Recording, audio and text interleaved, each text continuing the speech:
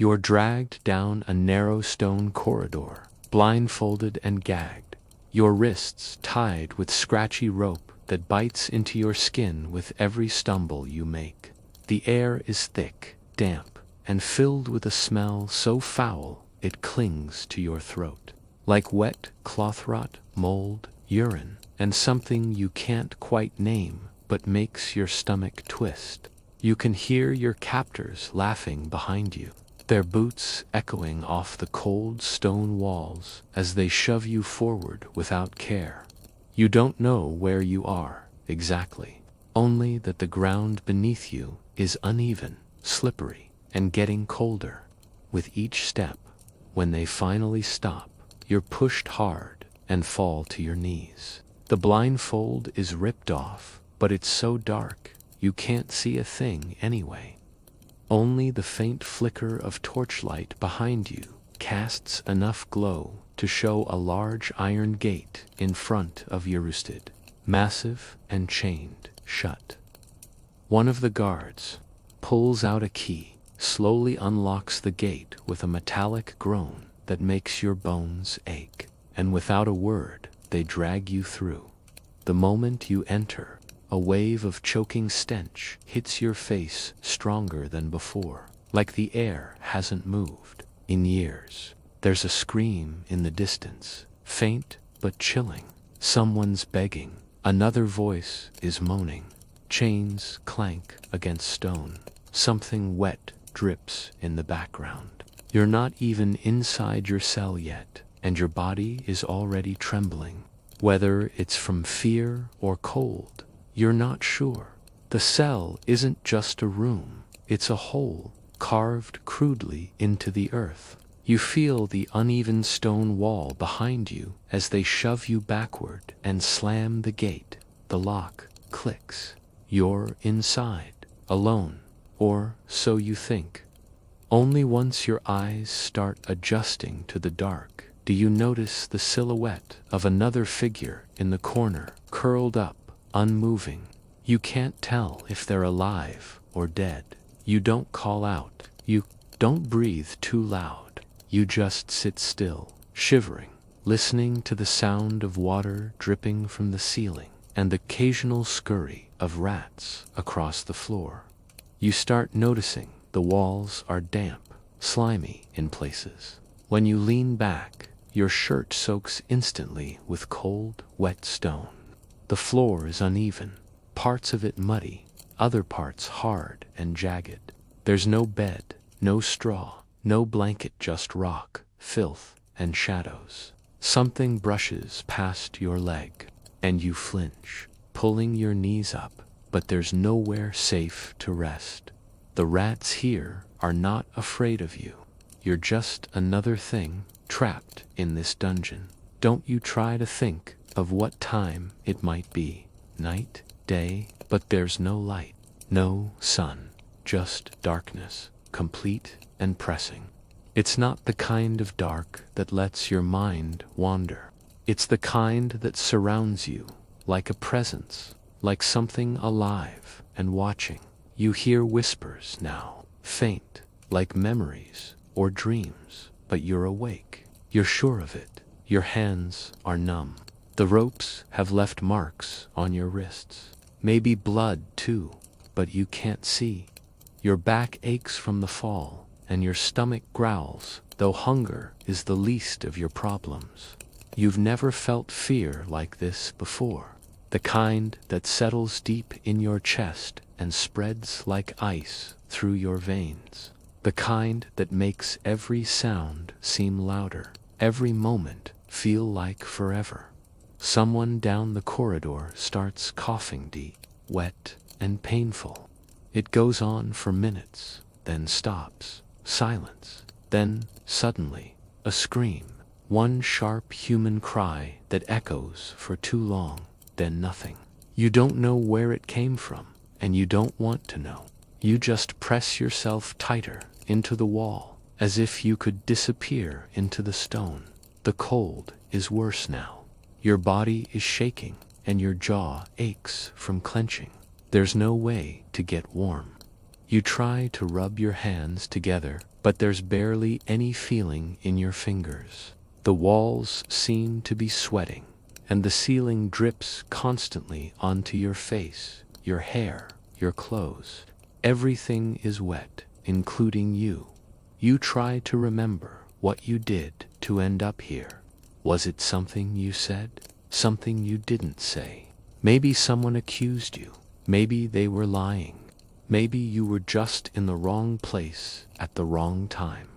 You realize it doesn't matter. There are no trials here, no explanations, just the dungeon and whatever comes next.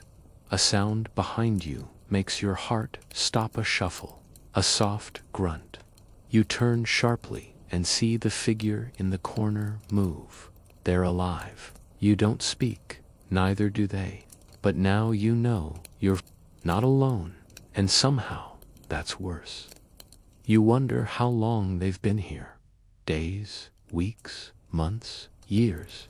You're still not sure if the real nightmare is the place or the fact that no one knows you're here. No one's coming. You're not getting out. Not tonight. Maybe not ever. And just when you think it couldn't get worse, a rat runs across your foot, then another, and another. They're not afraid of you. They don't run away. You lift your legs, but you're too tired to keep them up. Your body is giving up, slowly, minute by minute. You can't scream. You don't want to. You've heard what happens to those who scream. The dungeon has a way of making time feel like it doesn't exist. Minutes stretch into hours, or maybe it's the other way around.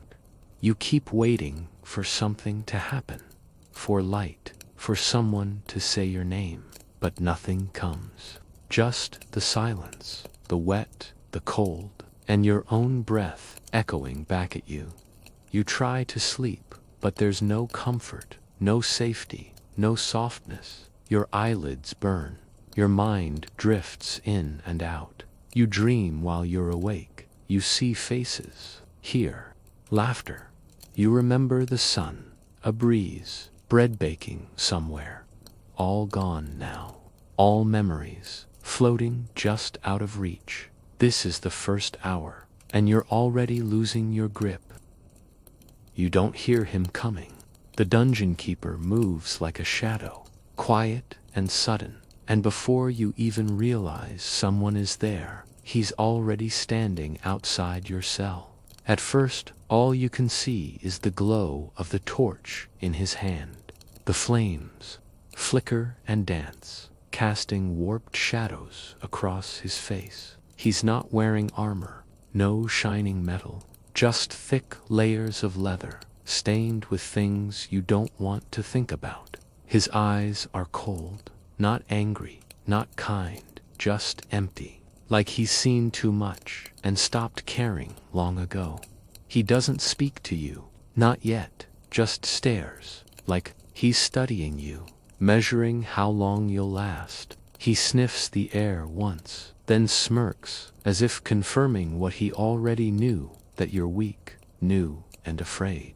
He likes that. You can tell. You don't move. You barely breathe. Because somehow, just standing there, he's more terrifying than anything else you've experienced so far. You've heard stories about people like him. Men who stopped being men a long time ago. Who live in the dark. Who enjoy the screams. Who take pride in the silence that follows them wherever they go. Finally, he speaks. His voice is dry and low, like dust scraping against stone. He tells you that rules don't apply here, that out there in the world you might have been someone, a merchant, a noble, a farmer, but here you're nothing. He says it without emotion, just fact. You are nothing, and you believe him. He pulls a long iron key from his belt and slowly turns it in the cell door. The sound of the lock clicking open sends a chill through your entire body. He doesn't rush. He steps inside and stands just a foot away from you.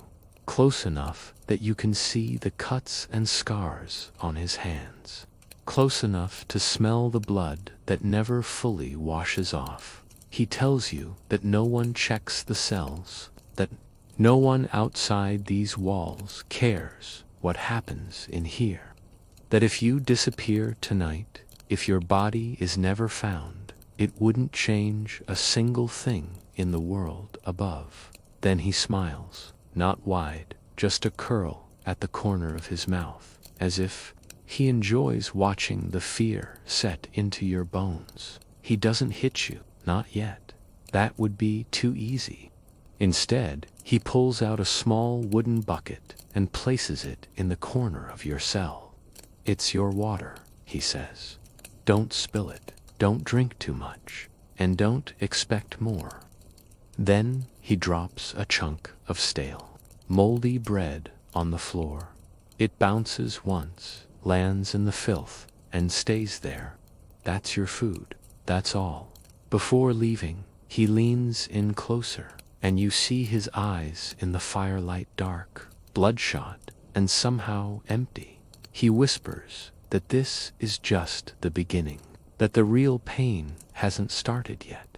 And when it does, you'll wish you hadn't survived your first night. Then he's gone, just like that. The cell door closes with a loud clang.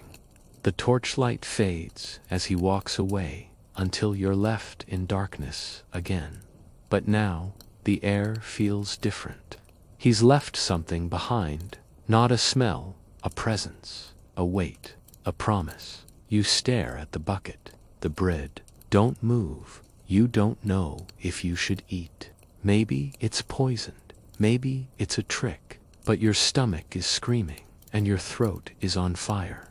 You crawl slowly toward the bread and pick it up. It's damp, hard on one side. You chew it anyway, even though it feels like ash in your mouth. Then you take a sip from the bucket, just enough to coat your throat. You don't trust it, but you have no choice. The figure in the corner, the other prisoner, shifts slightly. You wonder if they've had a visit from the keeper, too. You wonder if they'll try to take your bread, or if they even care anymore. You sit there in silence, trying to understand what just happened, who that man was, why he made you feel like a mouse in the hands of a cat. And you realize he didn't threaten you out of anger. He didn't want to break you quickly. He wanted you to sit here and wait, to imagine what he might do tomorrow, or the day after that, because fear, real fear, isn't always loud. It's quiet. It grows slowly in the back of your mind until you start to question everything: your strength, your hope, your sanity. And the dungeon keeper knows that better than anyone. He's not just your jailer. He's the architect of your nightmare. It starts with silence. The kind of silence that isn't peaceful, but thick, like it's hiding something. You sit against the wall, arms wrapped around your knees, barely breathing. The torchlight from earlier has long faded, and now the only light comes from your imagination. You think you see shadows moving, shapes crawling, but you blink and they're gone. It's not even midnight, and already you're starting to question what's real. Then come the sounds. It's not loud at first, just the creak of old wood somewhere far off. Maybe a door, maybe a gate. You listen closer, straining your ears, and realize it wasn't wood, it was a scream. A single, sharp, gut-trenching scream that cuts through the stone walls like a knife. Then it's gone, just as fast. No follow-up, no explanation, just silence again. You wait, frozen, your body tense. You tell yourself it was nothing, just another prisoner. Maybe someone dreaming. But then, just as your breath starts to steady, you hear chains, metal dragging against stone, heavy and slow, not close, but not far enough. They clink like someone's being pulled, or maybe someone's crawling. You imagine a figure with broken legs dragging itself across the dungeon floor, rattling shackles behind it. You try not to, but the picture is already there. You can't unsee it in your mind. A cough, then moaning. Long, low, hopeless moaning from somewhere nearby. You can't tell where exactly. It could be 1 cell over, or 10. The dungeon plays tricks on your ears. Sounds bounce in ways that make everything feel closer, more personal. You don't know if it's better not knowing who's making those noises, or worse, someone starts talking. Not to you, just talking to themselves. Whispering, almost singing, a man's voice. Slurred, confused, scared. He keeps repeating the same words, over and over. Then, suddenly, he stops, mid-sentence, and you wait for more. But nothing comes. Just the water dripping again. Your ear against the wall. Not to hear better, but because you want to feel something solid. Something that reminds you the world still exists. But even the wall feels like it's breathing. Like it's alive with all the suffering soaked into it over the years. Then the rats return. You hear them before you see them. Tiny claws, a cross stone, sniffing, squeaking. They don't scurry like animals that are scared. They walk like they own this place. And maybe they do. Maybe they've seen more death than the jailers themselves. One brushes against your ankle, and you jerk your leg up, hitting the wall hard. You whisper a curse under your breath. You're sweating, even though it's freezing. Then another scream. This one sounds closer. Not a cry for help, not a shout. A scream ripped from someone's soul. You don't know if it's from pain, madness, or both. And worse, you realize it's coming from above, somewhere higher in the dungeon. Which means there are levels, floors, places deeper, darker, and more horrifying than where you are now. A bell rings once, just a dull clang in the distance. Maybe a signal, maybe a shift change, maybe nothing. But the moment it rings, all the other sounds stop. No more coughing, no more screaming, just dead quiet. It's like the dungeon itself is holding its breath. And you find yourself doing the same. You close your eyes and try to focus on your breathing. In, out, you count to 10, then to 20. Anything to calm your heart. But just when you start to drift, there's a whisper. Right next to your ear, you jerk away, eyes wide open, but no one's there. You were dreaming, you think, or maybe not. Maybe someone was at the bars, watching. Maybe they still are. You start to wonder if this is how people go mad. Not from pain, not from hunger, but from the sounds. The things you hear that you can't explain. The voices that come from nowhere. The silence that feels too intentional. You begin to feel like the dungeon is alive. Like it's listening to you, studying how long it takes before you break. Far down the corridor, someone starts humming a child's lullaby. Out of tune, slow, haunting. You cover your ears, but it doesn't help. The sound burrows into your brain, digs into your memories. But all you can hear now is that soft, terrible lullaby echoing through the stone. Time moves strangely here. You can't tell if it's been minutes or hours. You think about asking the other prisoner in your cell, but you don't want to break the silence between you. It's the only thing you have left. That fragile agreement of pretending the other doesn't exist. More dragging, a burst of laughter that doesn't sound human, and finally, crying, soft, broken crying.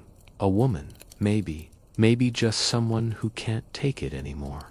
You press your face into your knees and close your eyes again, but the sounds follow you into your mind. Sleep, if it comes, won't be restful. It will be filled with footsteps that don't belong to anyone, doors that open with no one there, and voices that say your name even when you're sure no one knows it. This is the night, and the night never ends here. You start to realize something horrible around your second hour in the dungeon. This place wasn't just built to hold people. It was designed to break them. The walls aren't just walls. The chains aren't just restraints. Every single object down here has a story behind it, and most of those stories end in pain. It's not just prison. It's a theater of suffering. And the devices, they're the main performance. You hear them first, not in use, but being prepared. Somewhere down the corridor, metal is being scraped, wood is being dragged, something is being wound tight like a rope or a crank turning slowly. It's a sound that sticks with you, mechanical, methodical, patient. Whoever's down here working those tools isn't in a hurry. They've done this before. You don't want to imagine what they're preparing for, but your mind goes there anyway. The rack is probably the most infamous. You've heard stories, who hasn't, about prisoners being tied at both ends, arms and legs stretched slowly until joints pop, bones crack, and skin tears. You used to think that was an exaggeration, but now, sitting in the dark, you know better. You hear the crank, you hear the groans of old wood, and you hear the screams, the long, drawn-out ones that rise and fall like waves. It's not fiction. It's happening right now, to someone who was breathing, just like you, moments ago. Then there's the Iron Maiden. You've only heard the name before, never really thought about what it meant. But now, the dungeon keeper's voice echoes in your mind, explaining it in detail as if he enjoys the lecture. A tall metal coffin, shaped like a woman, lined with spikes on the inside. The victim is forced to stand inside, and when the door closes, the spikes don't pierce anything vital, not immediately. They're angled just right to cause immense pain, to keep someone alive, conscious, and bleeding. Slowly, quietly, you wonder if there's one down here, behind one of those doors. You, passed in the dark. Maybe it's waiting for its next occupant. Maybe you hear something clinking metal on metal land. Picture the thumbscrews devices used to crush fingers, toes, joints. So small, so simple. But imagine having your fingers locked into a metal vise and slowly twisted until the bones crack one by one. You look at your hands now, trembling in the cold, and wonder how much pain they can take before you scream. You don't want to find out. Then there's the chair. You didn't even know there was such a thing before tonight. A solid iron chair, covered in sharp spikes. Victims were strapped into it, sometimes heated underneath with fire. The body wouldn't bleed much at first, but the pain would be unbearable. You could sit there for hours, burning from below, pierced from behind, unable to shift, unable to scream after a while because your voice would give out.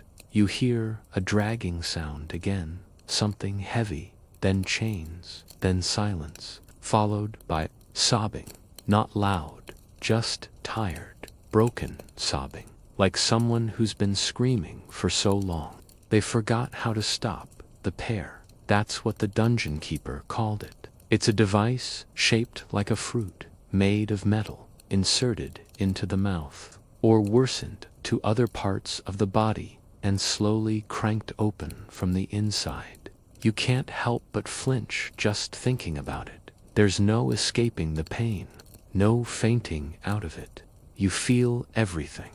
What kind of world creates such things? What kind of people use them? You always imagined torture as something distant, ancient, brutal, but almost cartoonish. Now it's very real. Now it's close enough to hear, maybe close enough to touch. There are more, too many. The boot, which crushes legs with iron plates and wedges. The strappado, where you're hung by your wrists behind your back and dropped suddenly, tearing your shoulders from their sockets. The wheel, where limbs are shattered one at a time, the body woven through its spokes. You didn't even know most of these existed. Now you can't stop thinking about them. And what's worse, is why. Because most of the time, it wasn't about punishment. It wasn't even about getting the truth. It was about fear, control, a display of power, a way to keep the rest of the world silent. If one person screamed loud enough, maybe others would whisper instead of speak. Maybe they'd obey. Maybe they'd forget justice ever existed. You wonder if the prisoner in the corner has been through some of it. You wonder if that's why they don't talk. Maybe they can't anymore. Maybe their voice was left behind on one of these machines. Time drags on. You hear more voices now. Not words, just noises. Pain sounds different when it comes from deep inside a person. It's not always loud. Sometimes it's a whimper, a gasp, a sharp intake of breath between clenched teeth. These sounds follow you like ghosts. You can't see what's happening, but your mind shows it to you anyway. You cover your ears again, but it doesn't matter. The sounds are inside you now, and so is the knowledge. The knowledge that people made these tools with their hands, that they tested them, improved them, passed them down like cursed heirlooms, that someone, somewhere, was proud of inventing a device that could pull a man's ribcage apart while keeping him alive. And here you are, just a few hours in, listening, imagining, wondering if your name is on the list, wondering if the dungeon keeper is sharpening something right now, preparing something special, something that hasn't been used in a while and needs testing. You start to feel your body shake again, not from the cold this time, but from something deeper, a kind of dread that no words can explain. The feeling of being less than human, of being meat, of knowing someone else holds your pain in their hands like a game. You want to stand, you want to scream, you want to claw your way out of this place. But you don't, you can't, because you know someone is listening. Someone is always listening. And they like it better when you're quiet, so you sit there, still, silent, and the sounds of the night go on. By now, your body is starting to give up on you, not just from fear or cold or exhaustion, but from the sickness that lives in every inch of this place. The dungeon isn't just a prison, it's a breeding ground for everything that eats. Away at human flesh and mind, you don't even need to be tortured to suffer here. The air itself is a kind of slow poison. You breathe it in with every gasp, every whimper, and feel it settle in your lungs like damp ash. Your skin is sticky. Not with sweat, there's barely enough warmth in your body for that anymore, but with filth. Your clothes are soaked, not from water, but from the constant dripping of the ceiling and the mud that covers the floor. The smell clings to you, mold, waste, blood. Your body twitches every now and then, like it's trying to escape from itself. You scratch your arm without thinking and feel something crawl beneath your sleeve. You jerk it away, your fingers trembling. A bug, a flea, you don't even know anymore. You've stopped counting how many times you've swatted away things that scurry, bite, or sting. And the rats, they're everywhere. You can hear them before you see them, digging through the cracks in the wall, nesting in corners, fighting over scraps. Sometimes you see their eyes in the dark, tiny, glowing specks that watch you without blinking. They come close at night, bold and fearless. They know you're not a threat. They know you're weak. One of them bites into a moldy crust of bread you left near your feet and drags it away, leaving a trail of slime behind. You let it go. You're too tired to care. You almost envy them, the way they move freely, the way they thrive in this hell. Then the coughing starts. Not yours, someone else's. It's rough, wet, full of phlegm. It comes from deeper in the dungeon, and it doesn't stop. You've heard it before. It's the same prisoner who coughed earlier, but now it's louder, worse.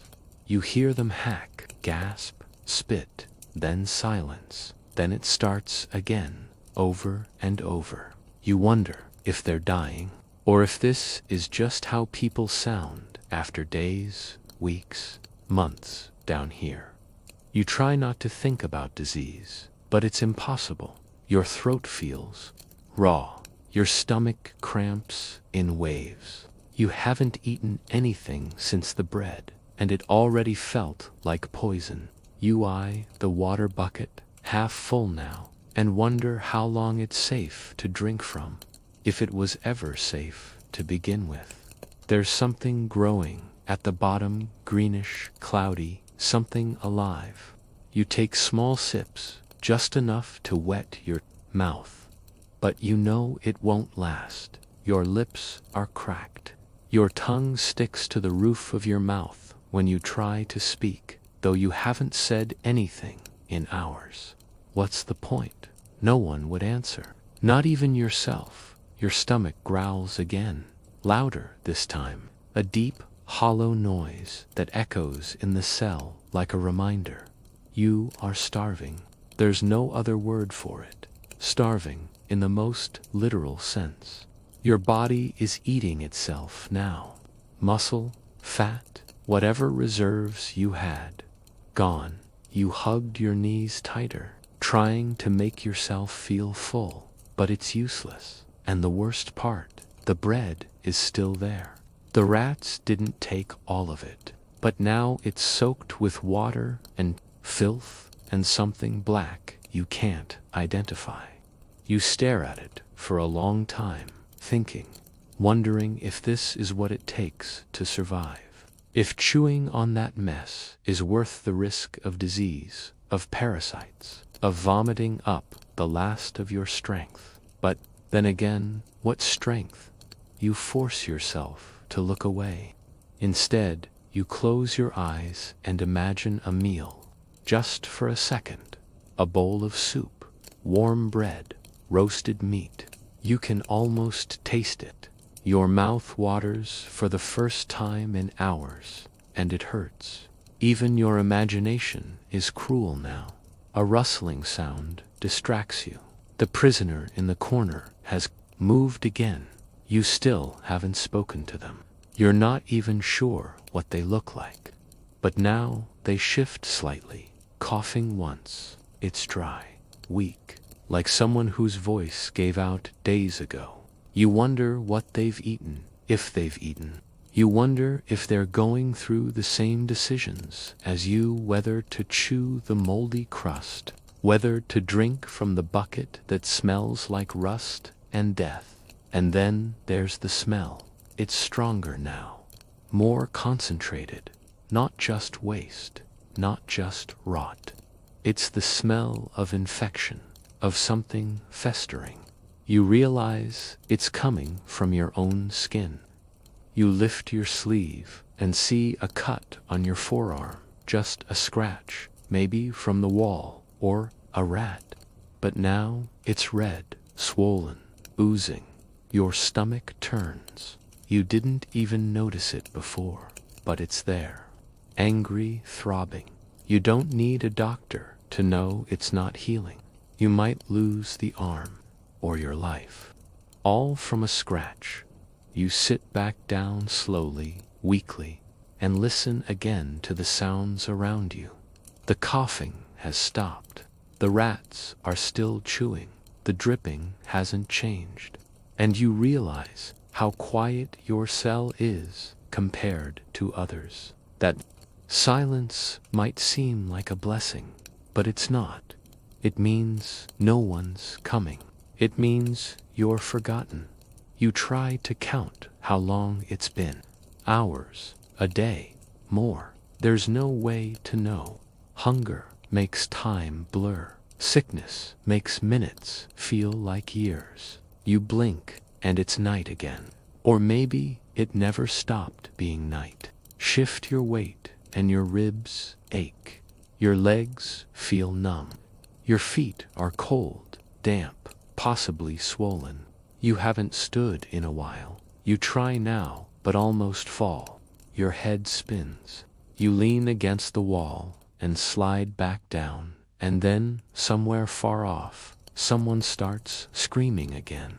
Not a scream of pain, a scream of panic, of realization. Like someone just understood they're never getting out. You don't scream, not yet. You're saving your voice. Because in this place, screaming is like praying, and both go unanswered. You sit there in the dark, wondering how you ended up here. The truth is, you're not even sure what crime you committed. Maybe someone accused you. Maybe someone powerful didn't like the way you looked at them. Or maybe no one needed a reason at all. Because, in the world outside these stone walls, justice isn't what you thought it was. It never was. There was no trial, no jury, no fair chance to explain yourself. Just a man with a scroll, a nod from a noble, or a whisper in the wrong. Erond, suddenly you were dragged from your home, blindfolded, and tossed into the pit. You tried to remember if anyone told you why. If there were papers, a reason, anything that made it official. Bored. Like this was just another day. They used to say the law was sacred, that justice was blind. But now you know that justice sees very clearly. It just chooses what to ignore. A rich man could steal, hurt, even kill land by his way back into the world. But a poor man, a servant, someone without a name, like you, one wrong step, one rumor, and it's over. You think about the stories you grew up with, tales of noble judges, of truth triumphing in the end. But those were for children. Out there, justice is a tool, a weapon, and the dungeon is where they send those who don't fit into the plan. Heretics, thieves, spies, witches. Maybe you're one of those things. Maybe not. It doesn't matter. You think about the people who used to shout in the town square. The ones who questioned taxes, who refused to kneel, who read the wrong book. Where did they go? Now you know. They came here one by one, and their names were forgotten. Moment the gate shut behind them, you remember the priest who told you, God sees all, hears all, judges fairly. But what God lives here? What God listens to screams in the dark and does nothing? You laugh quietly to yourself, then stop, because the sound of your own voice feels strange now, like something foreign, something dangerous. Maybe it was a debt. Maybe you owed someone and couldn't pay. Maybe you borrowed a loaf of bread or helped a neighbor break curfew. Or maybe your crime was silence, being in the wrong place when something happened and saying nothing to stop it. Guilt doesn't need proof here. It just needs a name. Yours. You. start to piece together memories, conversations, glances, things that seemed meaningless at the time. That merchant who looked at you strangely. That soldier who followed you with his eyes. That neighbor who stopped talking to you suddenly. Maybe the signs were there. Maybe you just didn't see them. The prisoner in the corner hasn't moved. In a while, you wonder if they know why they're here, or if they've forgotten, if they ever even knew. Maybe that's all this place is, a waiting room for confessions no one cares about. The worst part is, you begin to question yourself. What if you did do something? What if they told you the truth and you just don't remember? The mind plays tricks in places like this. You begin to doubt your past, your choices, your innocence. You begin to wonder if maybe, just maybe, you deserve this. But deep down, you know that's what they want. That's the real punishment. Not the chains, not the hunger, not even the fear. It's the doubt, the slow, creeping erosion of your belief in yourself. Because if they can take that away, then they've truly won. You try to fight it.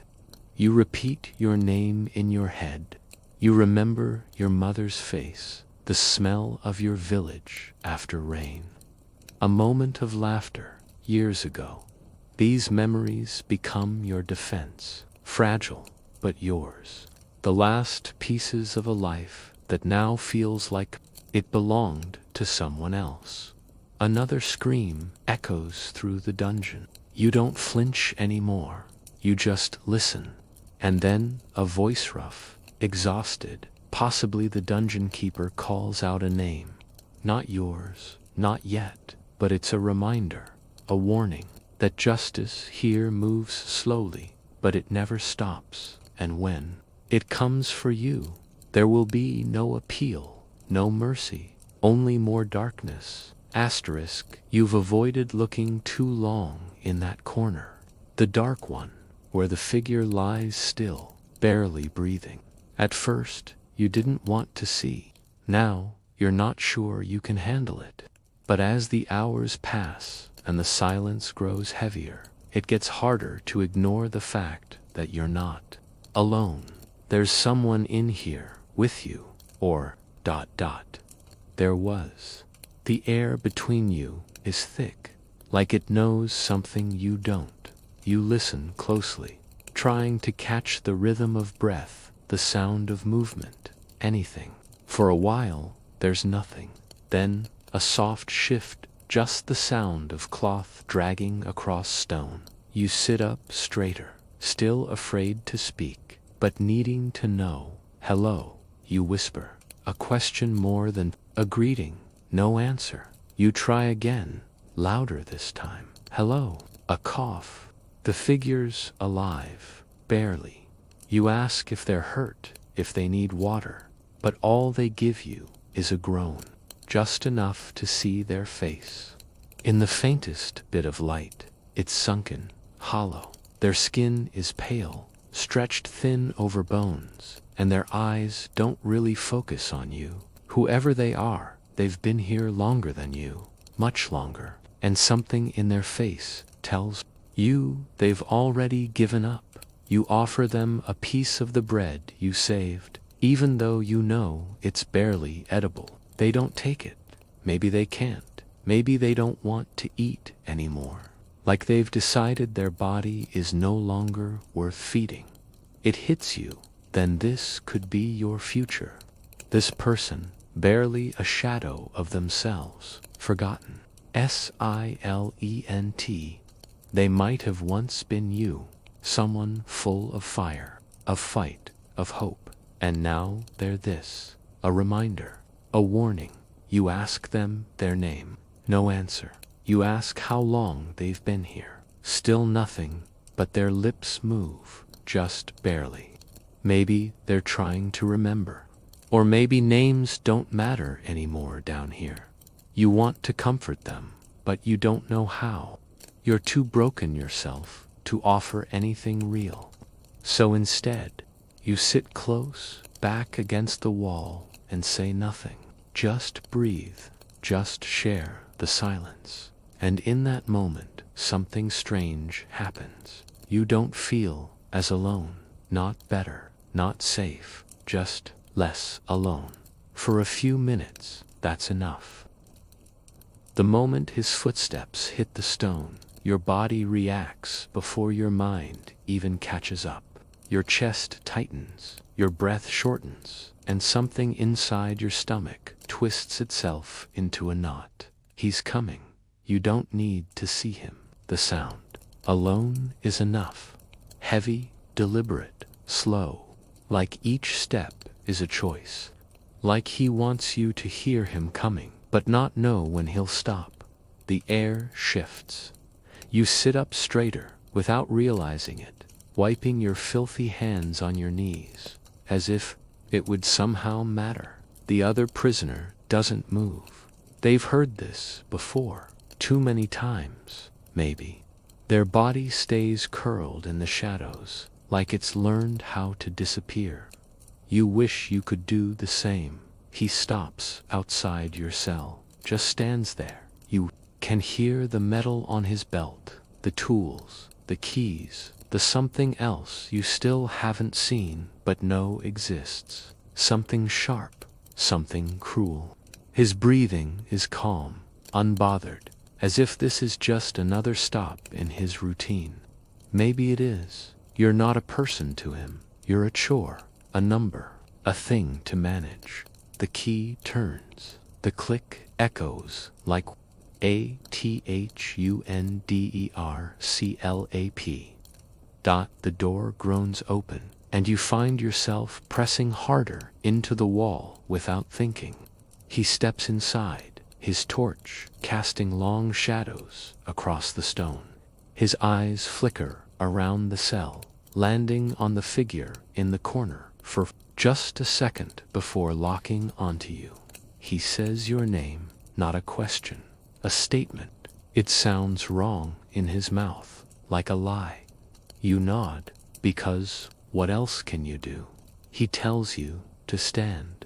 His voice is quiet, but it fills the room. There's no yelling, no threats, just the cold, flat expectation that you'll obey. You hesitate for only a second before dragging yourself to your feet, bones creaking, legs barely cooperating. He watches, always watching.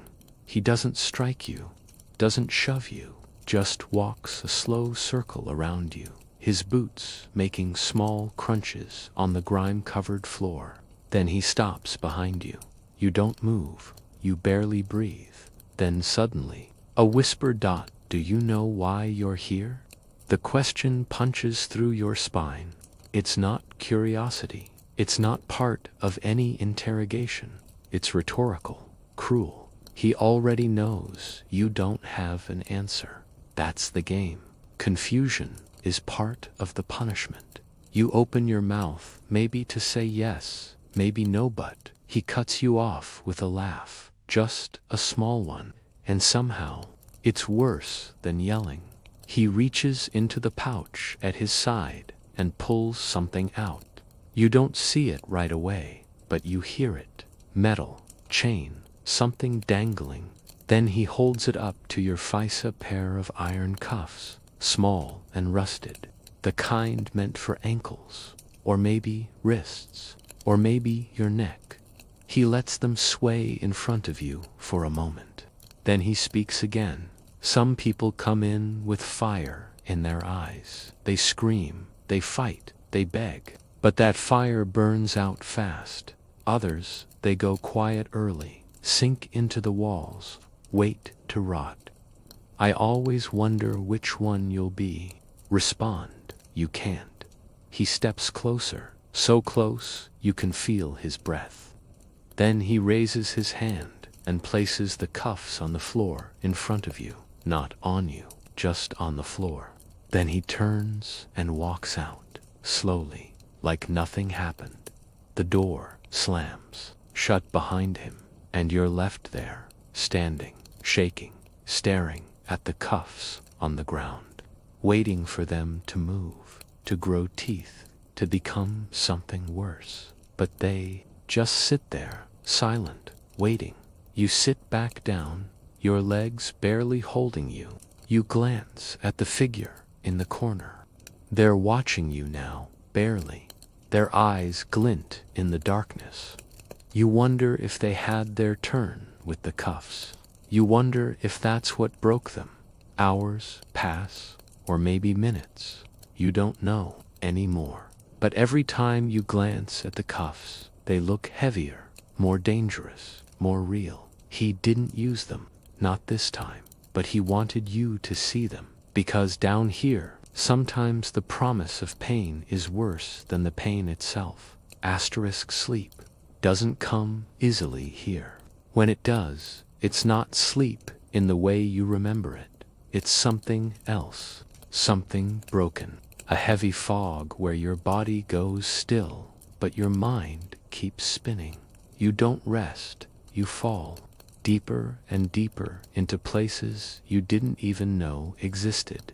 Places where the darkness whispers in a voice that sounds like yours, but twisted, cruel. Tired of waiting, you see things in the corners of the cell. Figures, shapes that look like people crouching, watching. You know no one's there. You know it's in your head. But that doesn't make it feel any less real. One of them laughs, not loud, just a little chuckle in the shadows. You press your back to the wall and stare at the spot, daring it to move. Nothing does.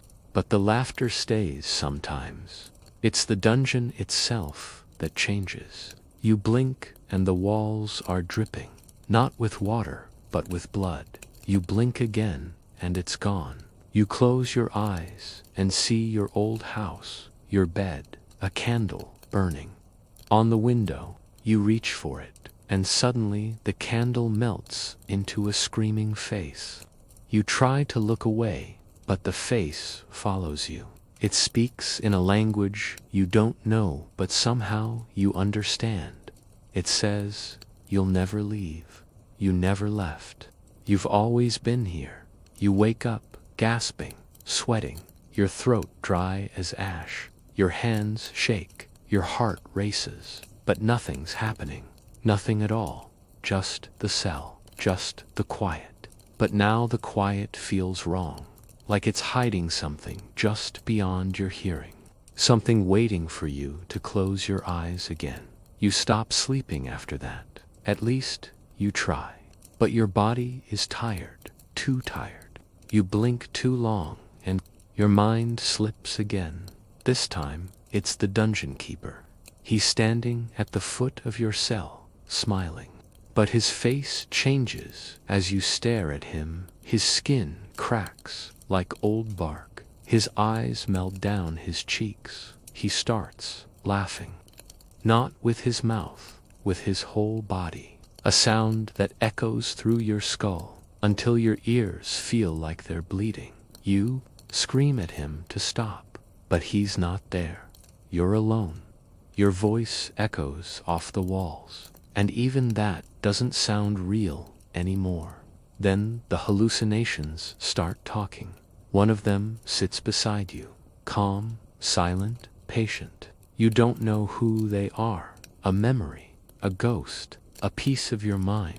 They don't speak for hours, just sit, and somehow that's worse than shouting. When they finally speak, their voice is yours. They ask you if you remember who you are. You try to answer, but the words get stuck. Another one crawls from the wall and tells you a story. A story about you, about the day you were arrested, about what you said, what you didn't say. But none of it makes sense. It's like a nightmare written by someone who only half knew your life. You feel your sanity slipping, your thoughts blur. Together, your memories melt into hallucinations. You forget what's real. You forget how long you've been here. You forget the taste of anything that wasn't mold or rot. You start to talk to yourself, not to pass the time, not to stay calm, but because you're afraid if you stop, the voices will come back and finish the sentences for you. You tell yourself your name, your family, the street you grew up on, over and over again, like a prayer. Like if you stop saying it, you'll vanish. And the worst part is sometimes you see the door open, the keeper steps in, but he's not alone. He's holding the hand of someone you used to love, a sister, a friend, a face you can't quite place. They're smiling. They say it's time to go, that you've been forgiven, that it's over. You stand, you follow, and just before you reach the light, you trip. You fall back into the cell and wake up, still there, still in the dark, still alone. You rub your face and feel the grime. You taste the metal in your mouth. You hear the rats again, the real ones, maybe, or not. You don't know anymore. The hallucinations don't stop. They just get quieter, more frequent. They become your new cellmates. And somewhere, deep in your bones, you start to wonder, what if this isn't a nightmare? What if this is you now? What if the dungeon didn't break you? What if it rewrote you? There's a point where pain stops being pain, where fear stops being fear. It doesn't leave. It just ... changes, shifts into something quieter, heavier.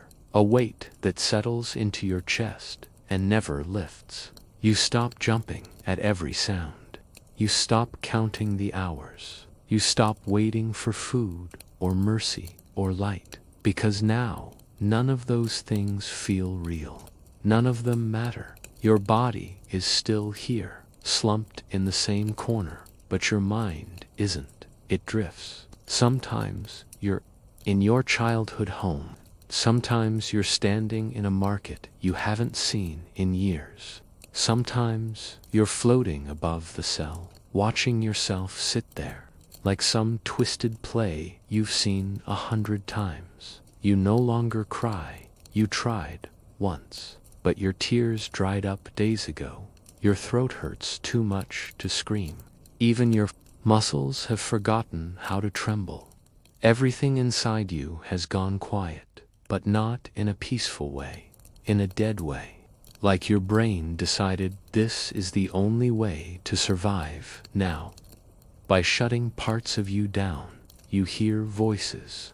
Not like the hallucinations from before. These are different. They sound like memories, like pieces of old conversations, replaying on a loop. Your father telling you to be brave, a friend laughing on a summer afternoon, a guard shouting your name on the day you arrived, over and over again, until the words mean nothing, until they're just sounds bouncing around inside your skull. You talk to yourself more now, not in whispers, not in panic, but calmly, like a conversation between two people who've known each other a long time. You ask yourself questions. You answer. Sometimes you argue.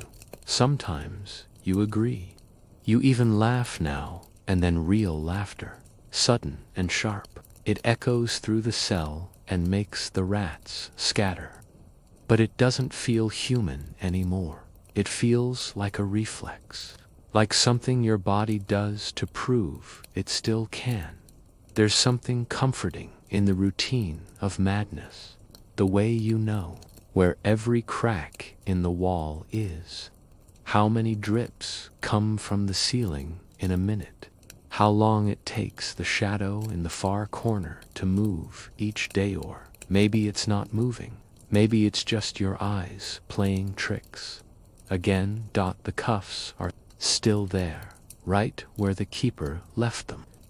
You stared at them for hours one night, maybe days, imagined what it would feel like to wear them, to be dragged away, finally, to have an ending. You started to hope for it, not out of desperation, not even fear, just ... curiosity. What comes next? What happens after the dungeon? Is there anything? You don't know how long it's been since the last time the door opened. Maybe it was yesterday, maybe a week. You can't remember the last time someone spoke to you. Even the other prisoner in your cell has gone completely still. You haven't heard them breathe in a while. You haven't checked. You don't want to. If they're gone, then you're truly alone. And if they're still alive, maybe they don't want to be reminded of that. The hallucinations still come, but now they feel like old friends. They sit with you, watch the door, whisper strange little stories. They don't scare you anymore. Sometimes you miss them when they're gone. Sometimes you ask them questions and wait for their answers. And when they don't respond, you make up your own. You've stopped thinking about freedom. That word means nothing here.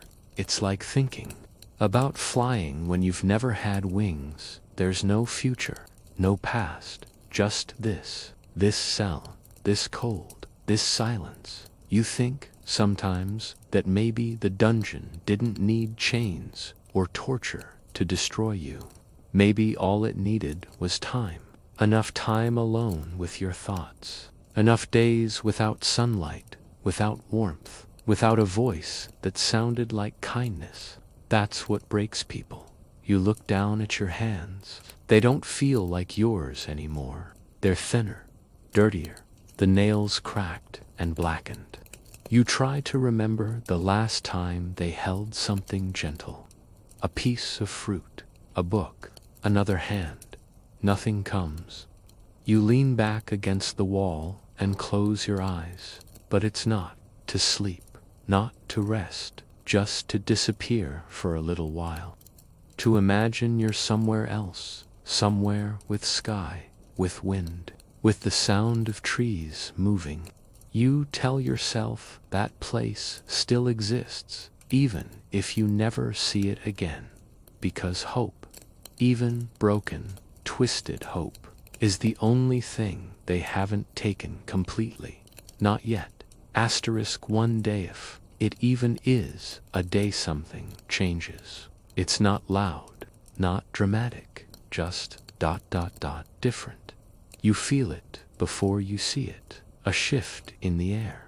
A breath of movement through the corridor outside. Your eyes snap open, but the world still looks the same. Cold, gray, silent. Still, something's coming. You don't know how you know. You just do. The other prisoner Rith, they're still alive, doesn't react. They remain as still as ever. Part of the stone now, but you sit upright, listening. The sound of boots again, not the usual slow, heavy rhythm. This one is quicker, lighter, and then a voice. Not the dungeon keeper, a different one, softer, less familiar, younger. It speaks.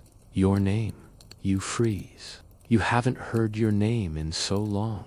It feels foreign, like it belongs to someone else. You don't answer.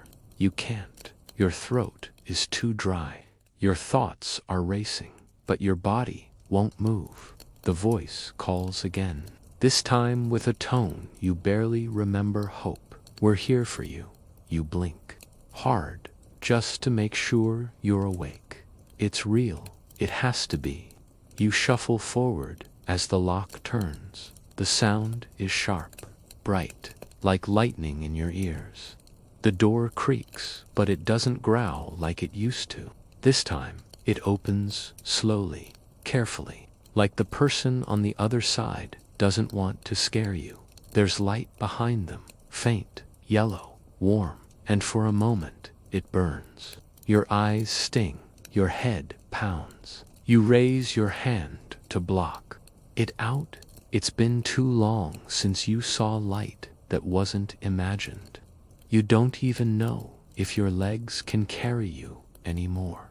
The figure steps inside, not a soldier, not a torturer, just a person. Their clothes are simple, clean. Their voice is calm. They speak again. You've been cleared. You want to laugh, or cry, or scream, but your mind can't catch up. Cleared. For what? How? Why now? They offer you a hand. You stare at it. It doesn't make sense. You should feel relief. You should feel joy. But all you feel is confusion, suspicion, like it's a trick, another hallucination, another game. But the warmth of their hand is real when they help you. Stand, your knees buckle, you nearly fall. They hold you up gently. You haven't been touched in. You don't even know. The contact alone nearly shatters you. They don't rush. They wait as you shuffle forward, step by step, past the threshold, past the cuffs, past the spot where you left pieces of your soul scattered across the floor. The hall is brighter than you remembered. Or maybe it's just brighter than anything you've seen in ages. You squint, blink again. Your head pounds, your legs scream, but you walk slowly, carefully. As you move down the corridor, past other cells, you see faces peeking through bars, eyes wide, some curious, some terrified, some empty. You don't know what they're thinking. You don't know what you look like to them. A ghost, a survivor, a warning. You reach a staircase. You forgot stairs existed. Your escort takes your arm, helping you climb one at a time. Each step feels like a mountain. Your lungs ache. Your heart races. But with every step, the air feels cleaner.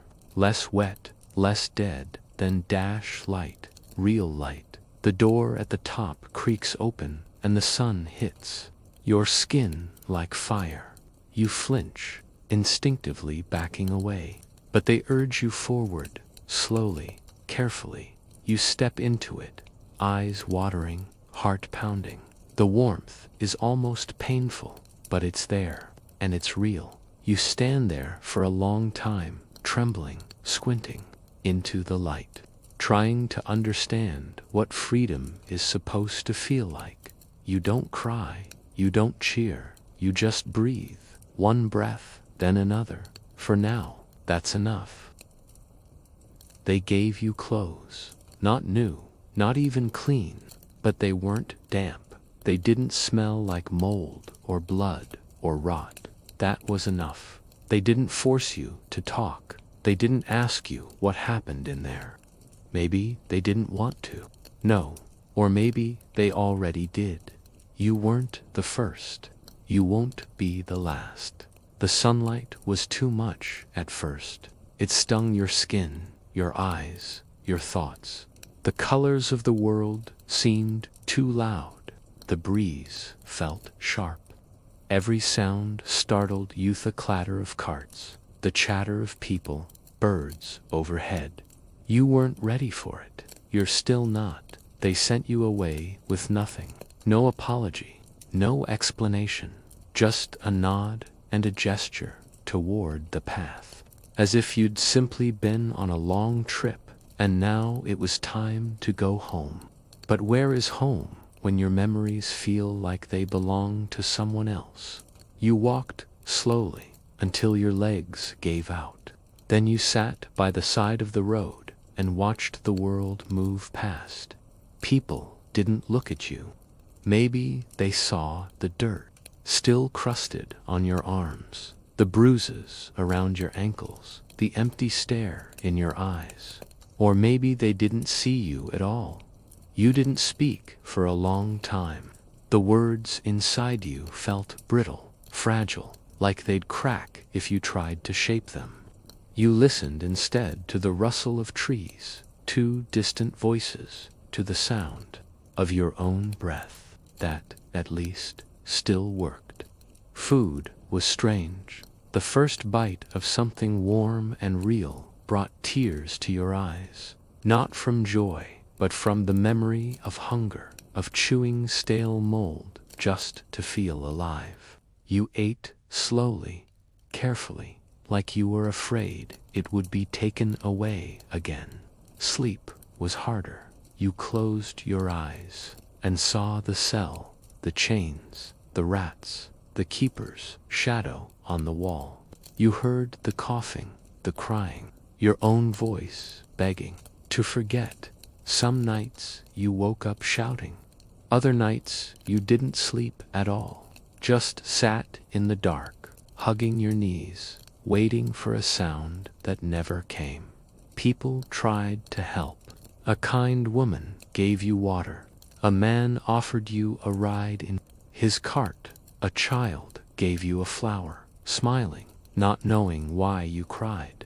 But you couldn't explain it. How do you describe what it's like to have your mind carved out piece by piece, to survive but never return? You saw someone once, someone who looked like the keeper. It wasn't him, just a man with the same eyes, cold, measuring. You froze. In the street, breath caught in your chest. He walked by without a glance, but it took you hours to feel safe again.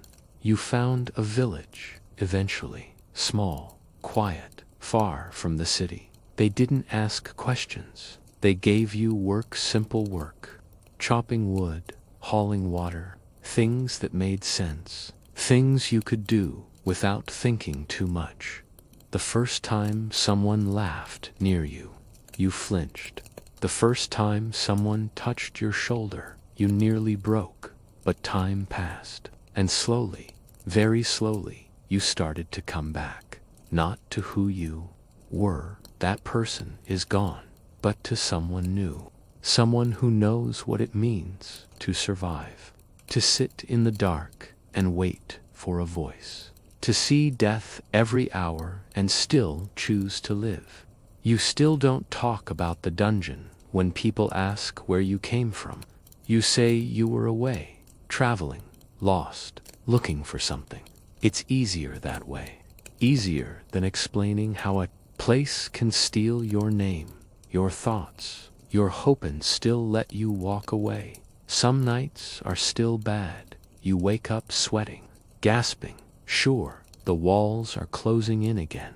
You hear footsteps, keys, the soft scrape of chains. You blink and you're not in your bed anymore. You're back in the cold, in the silence, in the rot. But then the morning comes, and you see trees and sky, and a world that doesn't ask you to kneel. And you remember, you got out, you endured, you are still here, not whole, not untouched, but alive. And that, in the end, is its own kind of victory. Asterisk.